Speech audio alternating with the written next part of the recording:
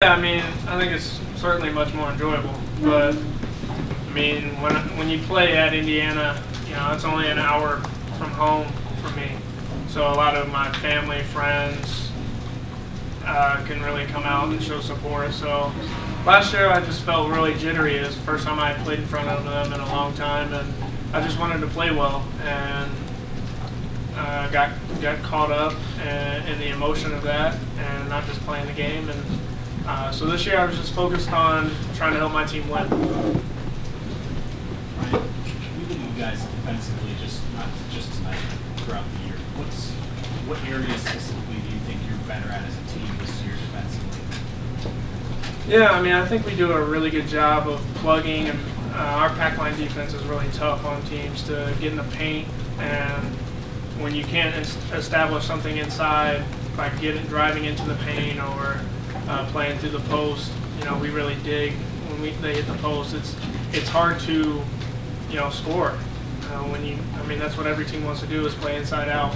And when you struggle to get in there to make plays, then obviously it makes it tougher on their offense. So I think obviously our coaches have also done a great job of giving us a game plan, guys who we can help off of, guys we can't leave, and we've done a great job of executing that as well. Brian, I apologize if somebody's asking this question. Were you recruited at all by Indiana? No. Was it a school you might have thought about going to if you had been? Yeah, I would have considered it. But I mean, that's in the past. I'm really happy with where I'm at. We've done something really special here, and we'll continue to build it. Back in those days, in high school days, did it bother you? No, it's just part of it. They recruit nationally, I think, more than they recruit guys from Indiana. They only have a couple Indiana kids on there, so that's just part of how they recruit, and it's part of the game. It's a business. I understand that, so I just had to find a school that fit what I needed to do or what I wanted, and I found it. So you get a lot of energy when you play this team, Indiana? Yeah, just because I get to play in front of friends and family. Like I said, I was only an hour away growing up, and so a lot of friends and family are IU fans, and also they enjoy coming to see me. I always get the, well, I hope you play great, but I hope you lose by 1. So I mean, that's just, they bleed IU red, so. Bryant, you guys are having a lot of success now, more attention and stuff like that. How do you feel about this team's ability to deal with, more attention, both here and then nationally and everything coming up? Yeah, I mean, we're really hungry.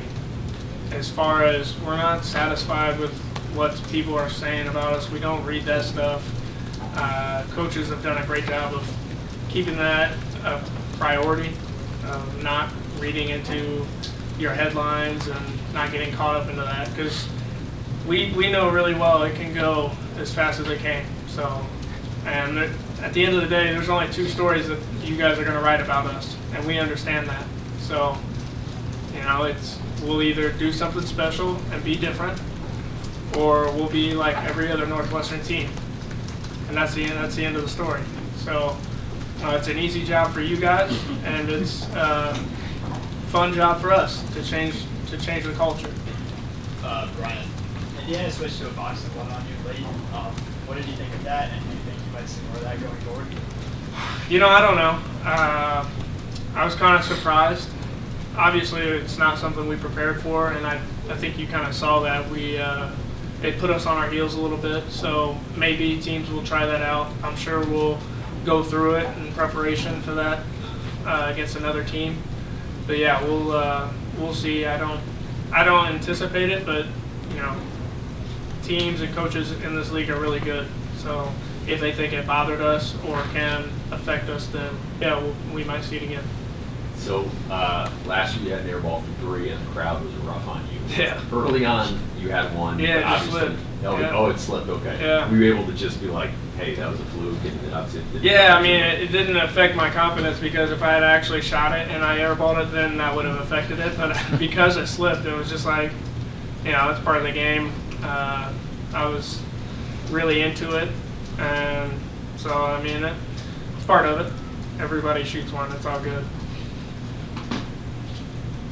Of all the things you can do in basketball, how much fun is it to change the culture of a place and to do things that haven't been done in 60 years and 80 years? I mean, It's special, and that's the end of the story.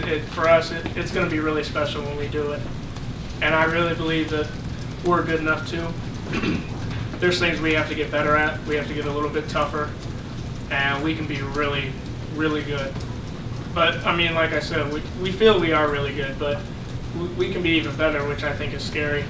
And yeah, I mean, that's the fun part.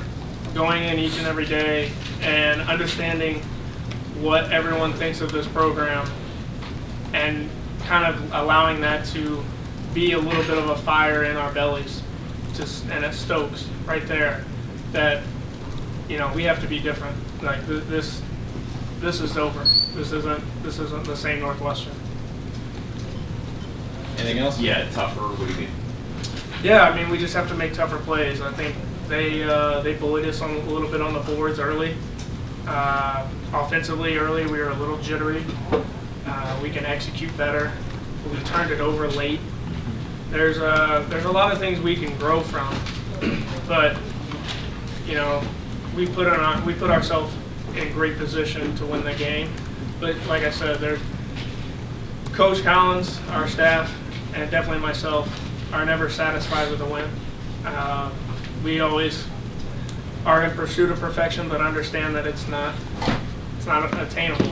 This is an imperfect game, but we'll continue striving for that. Awesome. Thanks, guys.